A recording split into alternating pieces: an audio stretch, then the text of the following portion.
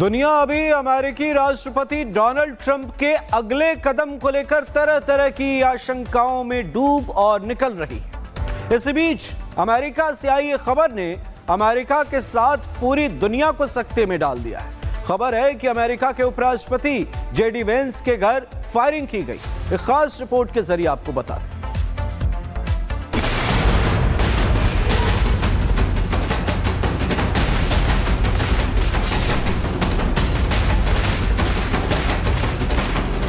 America के राष्ट्रपति Donald Trump इन दिनों दुनिया भर के देशों को धमका रहे हैं। वेनेजुएला के राष्ट्रपति मादुरो को उनके घर से रात में उठवा लिया गया, लेकिन खुद उनके ही देश में उनके डेप्यूटी सीएम जेडी वेंस और शायद वो खुद भी सुरक्षित नहीं है, जिसकी गवाही ये तस्वीरें दे रही हैं। तस्वीरों में दिखाई दे रहा है कि घर अमेरिका के उपराष्ट्रपति जेडी वेंस का है, जहां एक संदिग्ध हमलावर ने गोलियों की बारिश कर दी। खिड़कियों की कांच पर गोलियों के निशान इसकी गवाही दे रही हैं। लेकिन शुक्र है कि जिस वक्त हमला हुआ जेडी वेंस और उनका परिवार घर में मौजूद नहीं था। वेंस के जिस घर पर अटैक हुआ वो अमेरिका के ओहियो राज्य के सिनासिनाटी में है। हमले के बाद पुलिस ने इस संदिग्ध को हिरासत में लिया है।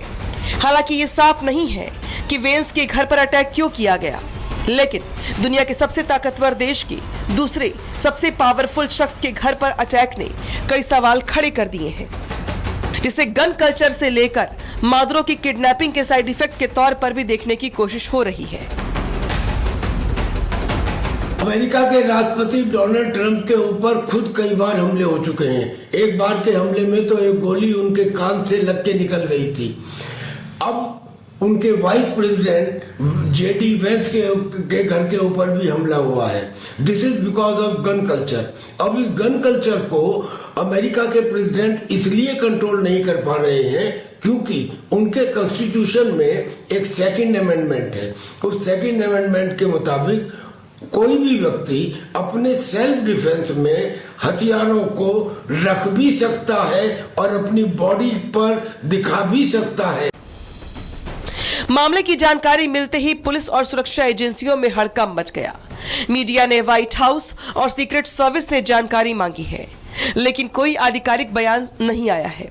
खबर है कि पिछले हफ्ते भी वेंस ट्रंप और प्रशासन के दूसरे अधिकारियों के साथ वेनेजुएला में अमेरिका के ऑपरेशंस को देखने के लिए मारे लागो में शामिल नहीं हुए, क्योंकि इस बात की चिंता थी कि उनकी मौजूदगी से सुरक्षा खतरे में पड़ सकती है। तो वहीं एक बयान में वेंस की ऑफिस ने कहा है कि बढ़ती सुरक्षा चिंताओं के चलते प्रशासन ने उपराष्ट्रपति और राष्ट्रपति के व्हाइट हाउस से दूर एक साथ रहने की फ्रीक्वेंसी और टाइम को लिमिटेड कर दिया है। वेंस पिछले एक हफ्ते से सिनासिनाटी में अपने घर में ही थे और रविवार दोपहर वहां से निकल गए। हमला उसके बाद हुआ, लेकिन उपराष्ट्रपति जेडी वेंस के घर पर फायरिंग कई सवालों को जन्म दे रही है।